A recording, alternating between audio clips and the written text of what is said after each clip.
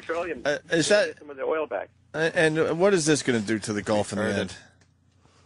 Well, hopefully it won't create dead zones. The worst case scenario, the thing leaks for months and years and creates dead zones where no life can exist in the Gulf. Already they partition about a third of the federal area.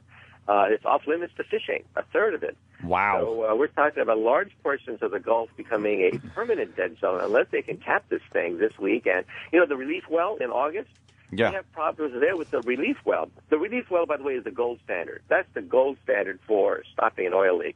The problem is it never works in the first try. Never. Really? That's really the lottery. You're drilling a hole that's like 2 miles long, and you want to hit something the size of a dinner plate. Shit. At 2 miles.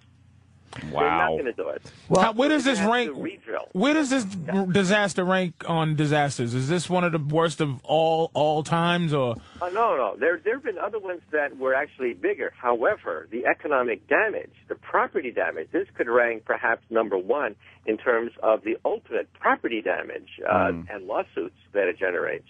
But there have been other oil slicks and oil leaks that were actually bigger, but not in such sensitive areas that are laden with property, with fishing industry. Yeah, the Gulf is very important to the United States, of course, yes. Strategically important for the whole country and also, of course, for the whole economy of the South. Dr. Kaku, our friend Dr. Steve is a big fan of yours, and he wanted me to ask, how long would it take the oil that's in there now, like how long would it take it to dissipate as it is now?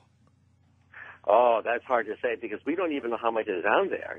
There's an argument among engineers as to how much oil there is. We've seen plumes of oil 22 miles long. 22 miles long in the Gulf. Wow. And so we're kind of clueless as to how much came out. Now, BP uses satellites to calculate how much oil there is. But that only looks at the top. And like I said, the oil's large amounts of it are emulsified, so it doesn't rise to the surface. Oh, right, so submarines that have gone down have seen these plumes, one plume 22 miles long, and we now realize it could be five times more oil underwater than we see on satellite. Unbelievable. How do you clean all this up in the end? Well, like I said, I would have called out the Navy. Right. We have basically the National Guard being called out, and we have volunteers that are working themselves to a frazzle. These are like heroic volunteers working 24/7. I say we should declare war on this thing and dump the military and get all sorts of military expertise. What would they be able to do that's different, though? I mean, aside having the unlimited resources, what would the Navy be able to do different? Dr. Steve just texted me. That's what he wanted me to ask you. What would the Navy be able to do differently? Okay, here's the key. It's a big Everyone fan, this misses Dr. the Steve. key. It's a physics lesson. They've tried 7 things at this oil leak, and they failed because we're not at 200 feet. They all work at 200 feet where pressures are not so great. At 5,000 feet, you have complications. You have methane ice crystals forming. You have high pressure that'll blow things in different directions. You have to compensate for it. That requires scientists who understand working at 5,000 feet. But you see, BP has no operating experience at all, zero. In fact, hardly anyone has any operating experience operating at 5,000 feet, tapping a raging oil well. That's why we have to bring in people who are experienced. So, these procedures, they will actually work. But the devil is in the details of high pressure. That's what I'm saying. Right. So eventually, maybe the same thing. Why can't they just put something around it, like a big bell, and then just put a new pipe on top and filter it up? That's what I've been saying to any woman who will listen loudly. Well, that's more or less what they're doing now. That the so-called cap is actually a belt. It's actually a dome they're putting on top of the thing. It's not a perfect seal, and they hope to siphon off as much oil as they can by capping the thing, which means putting a dome around the leak and then siphoning it back up. So they're doing that now. Let's hope it works. But again, I'm not optimistic because they've done it before. It's deja vu all over again. Like a Yogi Bear. Is it because Dr. Chip, the methane freezes at that hour at that altitude? And that's at that depth. That's what the problem was. I said hour and altitude first. Why do we even have this problem? We have this problem again because they're not experienced at working at 5,000 feet. At that depth, Methane gas that you find in your kitchen is a solid ice. And because it is so cold, this ice will actually go right up the tube, and as it turns into gas, shoot up like a rocket up the tube, up the pipeline, the riser pipeline. Can't they just have a split? Can't they have a split pipe? They maybe somehow filter at the bottom, maybe gas up one side and liquid up the other.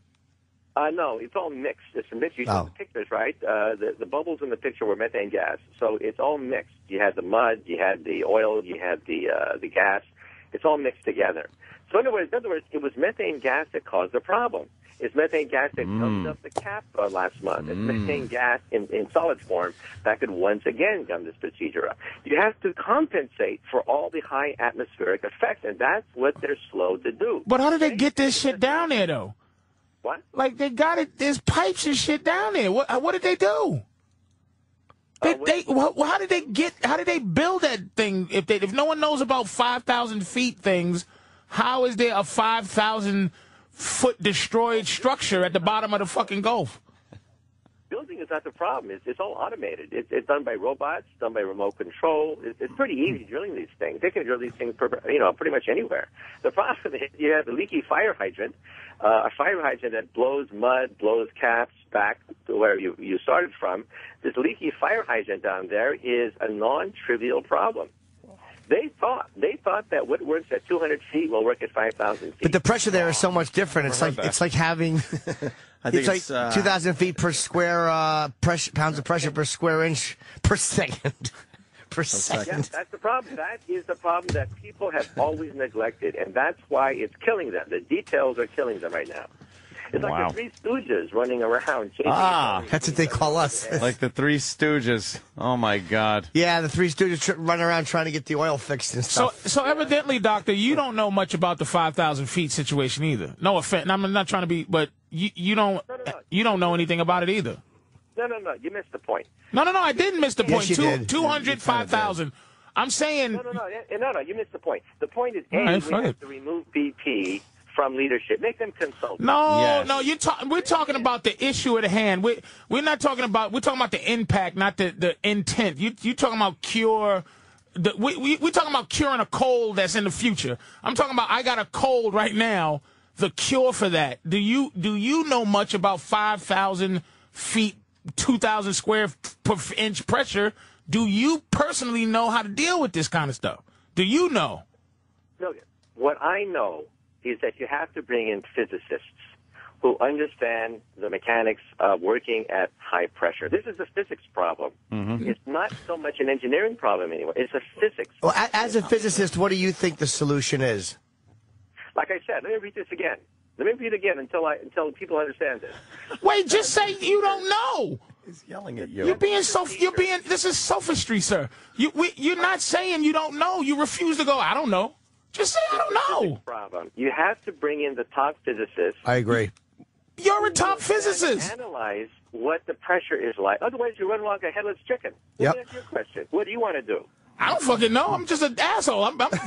You're amazing. I'm saying, your mind is amazing. I'm saying, I'm not indicting you. I'm saying, do you know? Or maybe Hawkins knows or somebody.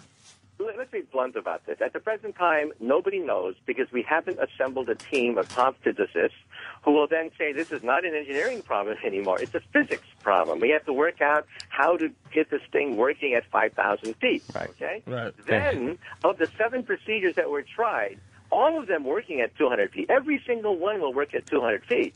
We have to figure out the best one, which will work at 5,000 feet.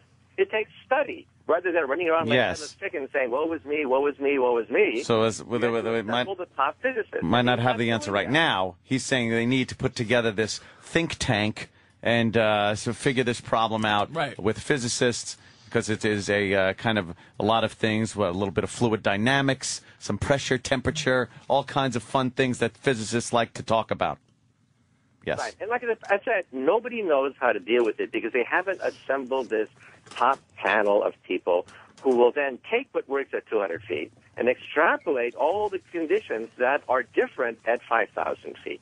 That's why all 7 procedures failed. And that's why BP is clueless right now. They're making it up as they go along. This is incredible, making it up as they go along. All right, well, Thank you, Dr. Kaku. I mean, that's it. Hopefully they'll find some kind of solution for it. Yeah, I mean, absolutely. When's the big show? Let's get that plug in for everybody again.